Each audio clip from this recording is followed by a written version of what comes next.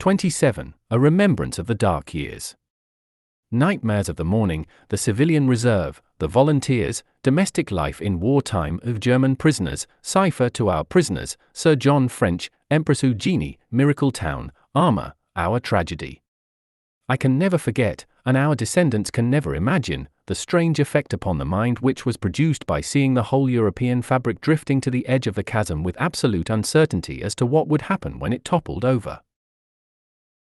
Military surprises, starvation, revolution, bankruptcy, no one knew what so unprecedented an episode would produce. It was all so evidently preventable, and yet it was so madly impossible to prevent it, for the Prussians had stuck their Munker wrench into the machinery and it would no longer work. As a rule, one has wild dreams and wakes to sanity, but on those mornings I left sanity when I woke and found myself in a world of nightmare dreams. On August 4th, when war seemed assured, I had a note from Mr. Goldsmith, a plumber in the village. There is a feeling in Crowborough that something should be done.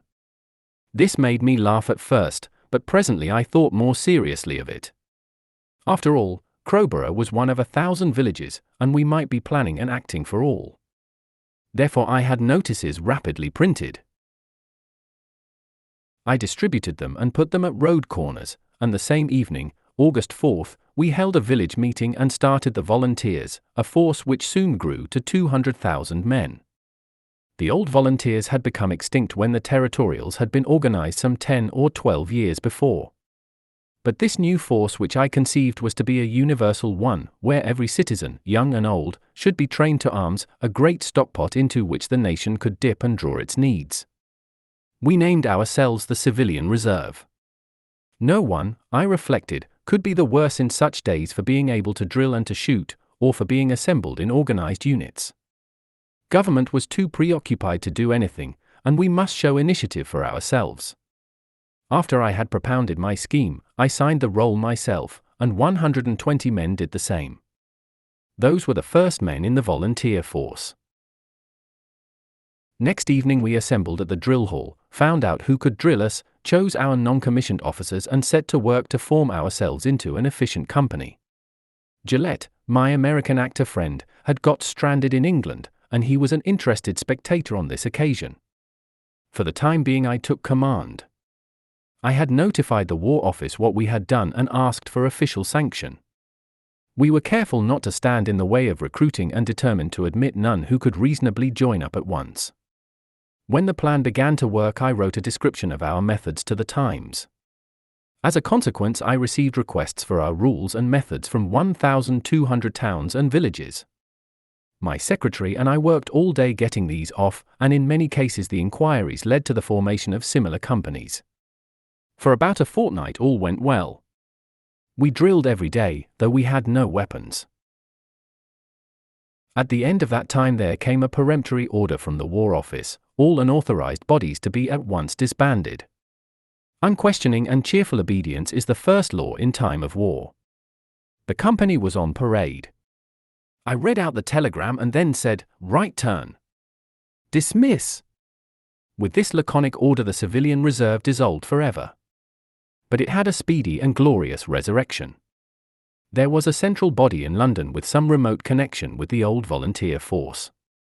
Lord Desborough was chairman of this, and there could not have been a better man. The government put the formation of a volunteer force into the charge of this committee, to which I was elected. Mr. Percy Harris was the secretary and showed great energy.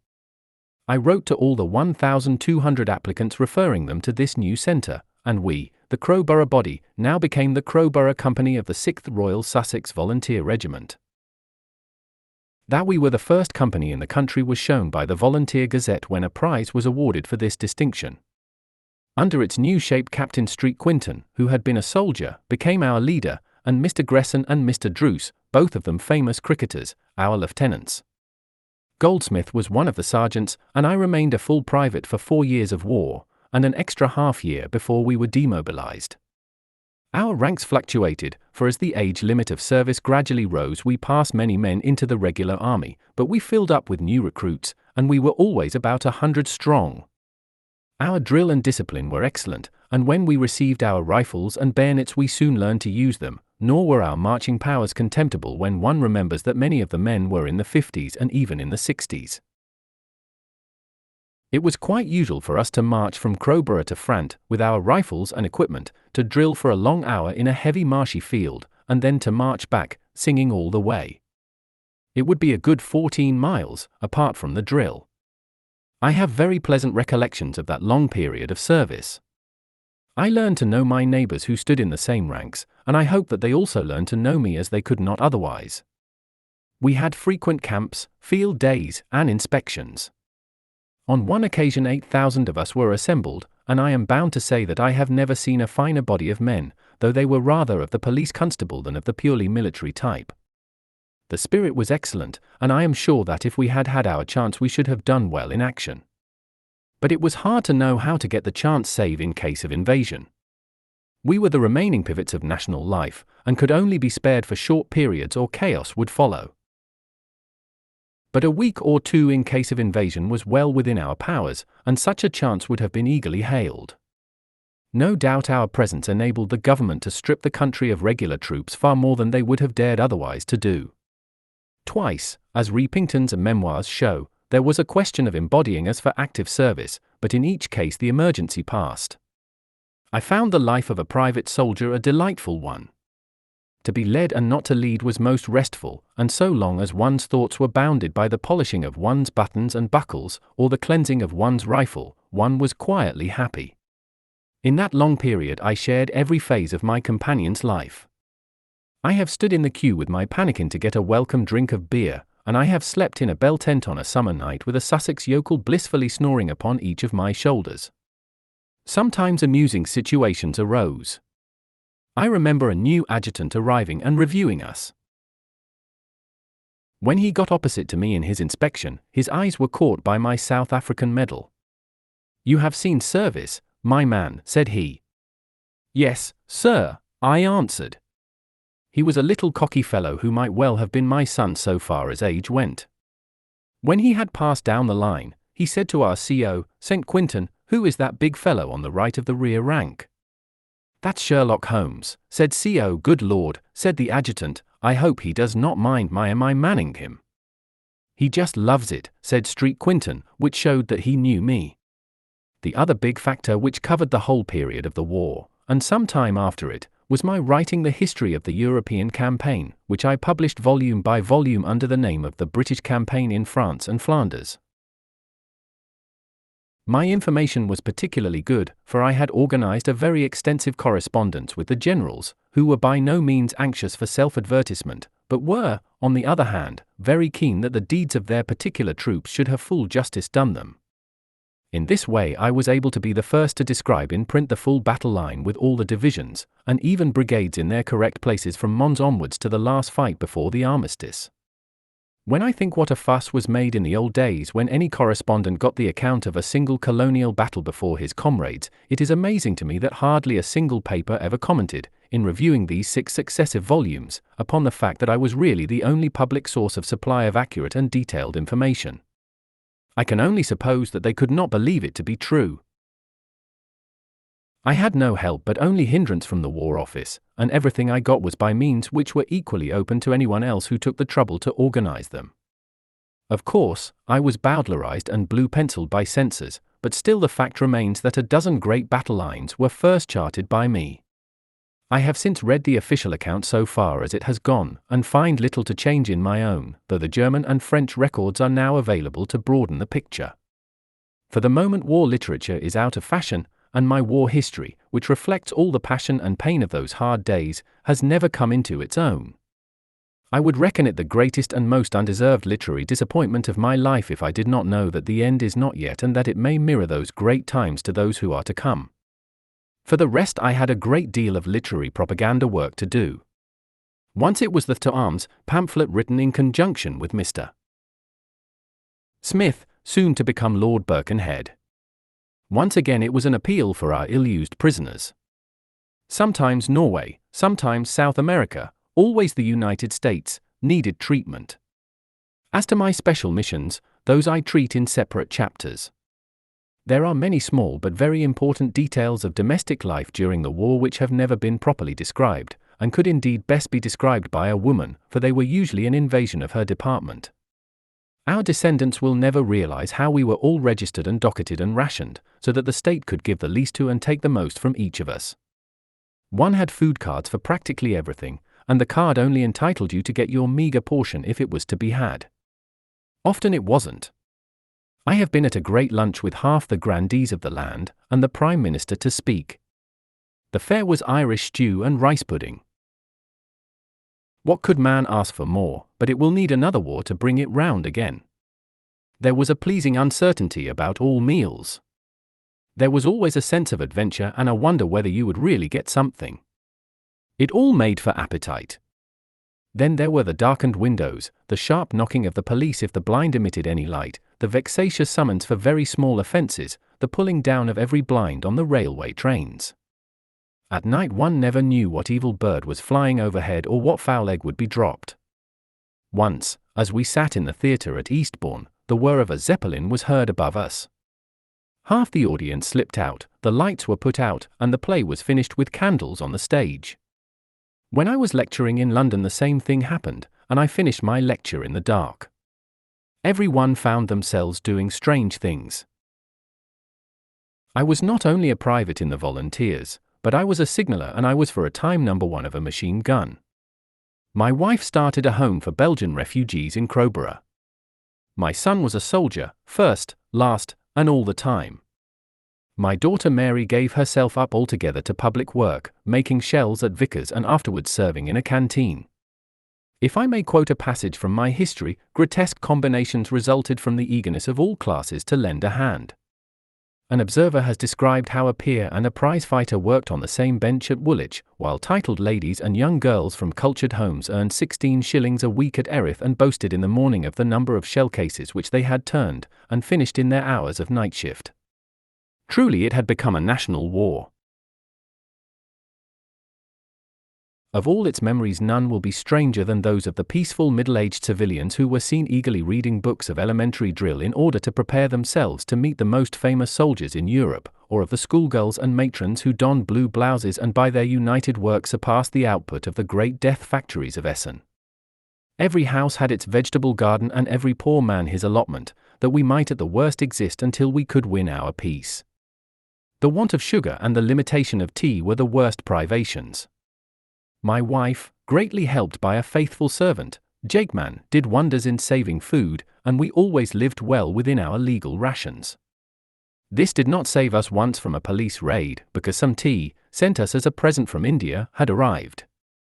We had already distributed a good deal of it, however, to our less fortunate neighbours, so we came well out of the matter. I have one singular memory in having to guard German prisoners at work.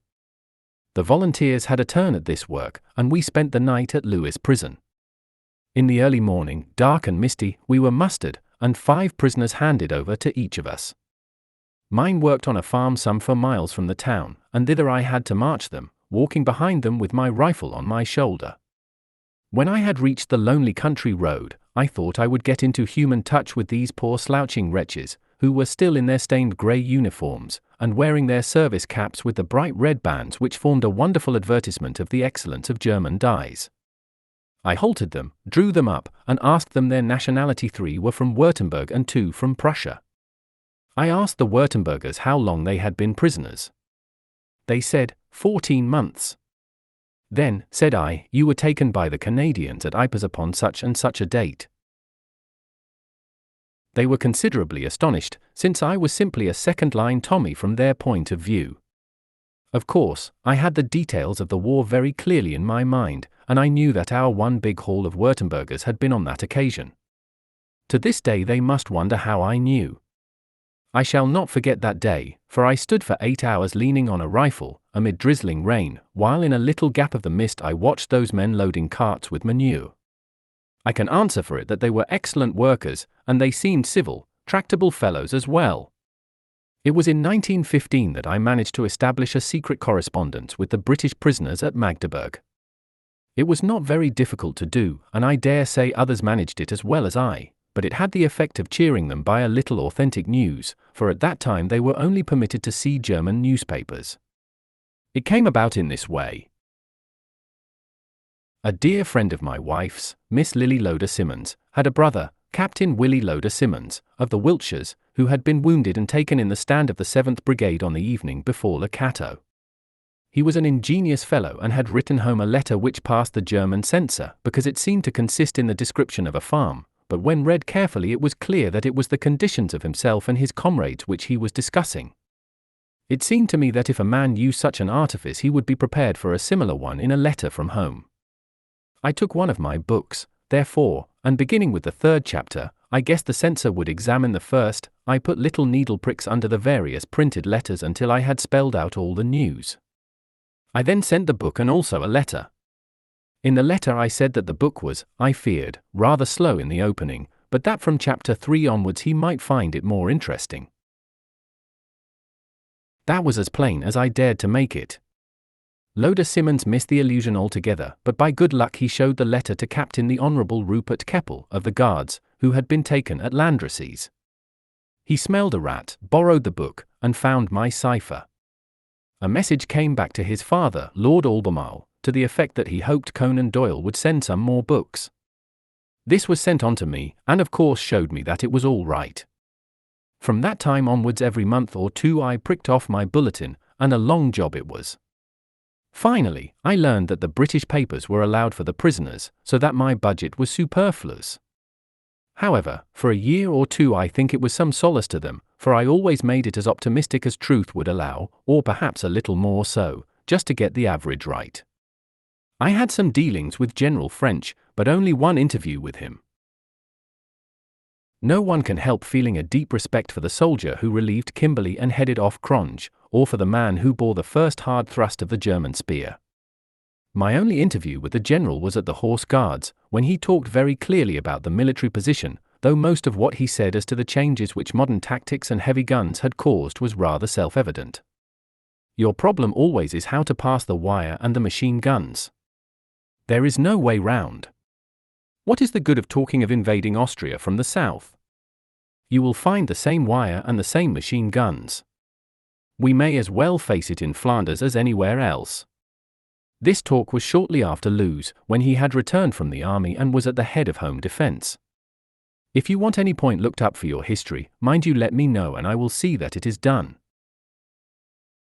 This sounded very nice to me, who was in a perpetual state of wanting to know, but as a matter of fact I took it as a mere empty phrase, and so it proved when a week or two later I put it to the test. It was a simple question, but I never got any clear answer. One pleasing incident occurred in 1917, when a Hull steam trawler which had been named after me, under the able handling of Skipper Addy and Lieutenant McCabe of the Naval Reserve, had an action with a heavily armed modern submarine, the fight lasting for some hours. The Conan Doyle was acting as flagship of a little group of trawlers, and though their guns were pop guns compared with that of the German, they so peppered him that he was either sunk or took flight. Anyhow, he vanished under the water. The little boat sent me its ship's bell as a souvenir of the exploit, and I sent some small remembrances in exchange. It was a fine exploit, and I was proud to be connected with it, even in so remote a way. I have in my war chapters expressed my admiration for General Haig. On one occasion I called upon Lady Haig, when she was administering some private hospital at Farnborough. It was, so far as I could understand, one wing of the Empress Eugenie's house, and the Empress invited me to lunch. There were present also Prince Victor Napoleon and his wife, who was, I think, a daughter of my old aversion, Leopold, King of the Belgians and Overlord of the Congo. The Empress interested me deeply, a historical relic whom one would expect to study in old pictures and memoirs, yet there she was moving and talking before me. If Helen launched 1,000 ships, Eugenie, by all accounts, did far more. Indeed, if the First German War was really from her inspiration, as Zola insists, she was at the root of all modern history. In spite of her great age, her face and figure preserved the lines of elegance and breed, the features clearly cut, the head set proudly upon the long neck. I glanced into her sitting room as I passed the open door and noticed that she was engaged upon an enormous jigsaw puzzle, 1,000 pieces if there were one. Children's toys engage the mind which once played with empires. There is surely something fatal in that Spanish blood with its narrow fanatical religion and its masterful intolerance, magnificent but medieval like the church which inspires it. She talked very freely with me and in the most interesting manner. It was surprising to see how fresh her mind was, and what curious information she had at her command. She told me, for example, that tetanus in France depended very much upon what soil had got into the wound, while that in turn depended upon what manures had been used for the soil. Thus the percentage of tetanus cases would be quite different in a vine-growing district and in one where ordinary crops were cultivated. She spoke seriously about the war, but was confident as to the ultimate result. This graceful, withered flower in its strange setting was one of the outstanding memories of those days. All sorts of queer odd jobs came to me as to many others in the war.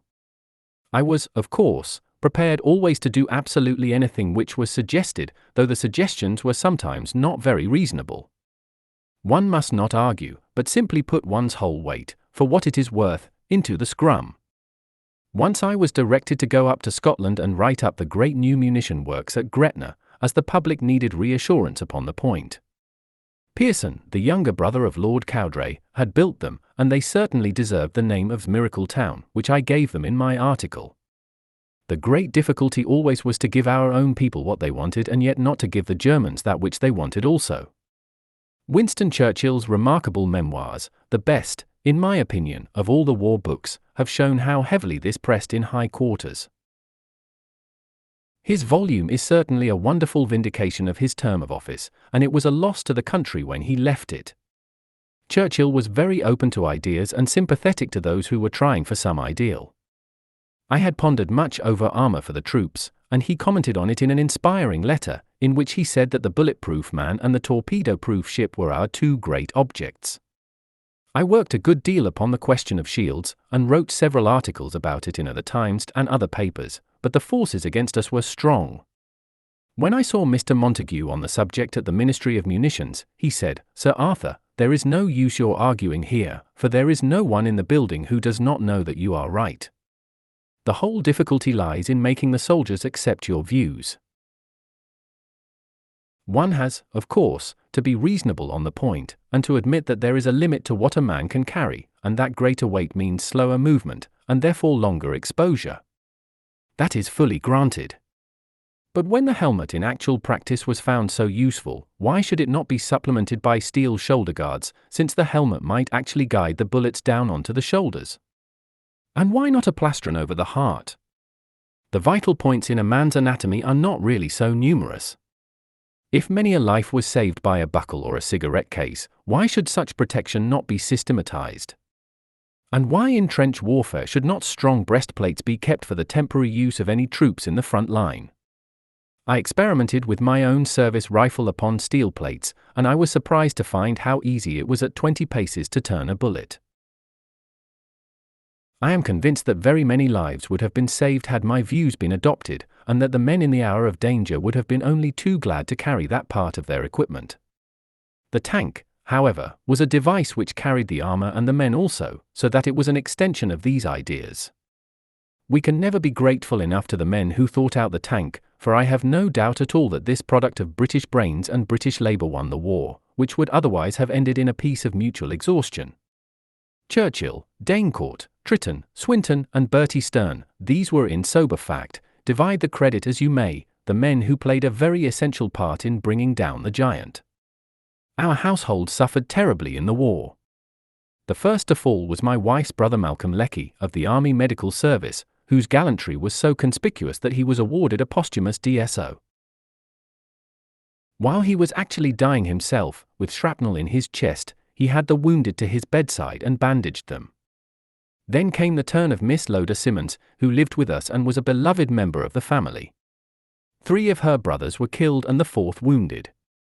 Finally, on an evil day for us, she also passed on. Then 2 brave nephews, Alec Forbes and Oscar Hornung, went down with bullets through the brain. My gallant brother-in-law, Major Oldham, was killed by a sniper during his first days in the trenches. And then finally, just as all seemed over, I had a double blow. First it was my Kingsley, my only son by the first marriage, one of the grandest boys in body and soul that ever a father was blessed with. He had started the war as a private, worked up to an acting captaincy in the 1st Hampshires, and been very badly wounded on the Somme. It was pneumonia which slew him in London, and the same cursed plague carried off my soldier brother Innes, he who had shared my humble strivings at Southsea so many years ago. A career lay before him, for he was only 40 and already Adjutant General of a corps, with the Legion of Honor, and a great record of service. But he was called and he went like the hero he was. "You do not complain at all, sir," said the orderly. "I am a soldier," said the dying general. "Thank God that I have since found that the gates are not shut, but only ajar, if one does show earnestness in the quest. Of all these that I have mentioned, there is but one from whom I have been unable to obtain clear proof of posthumous existence.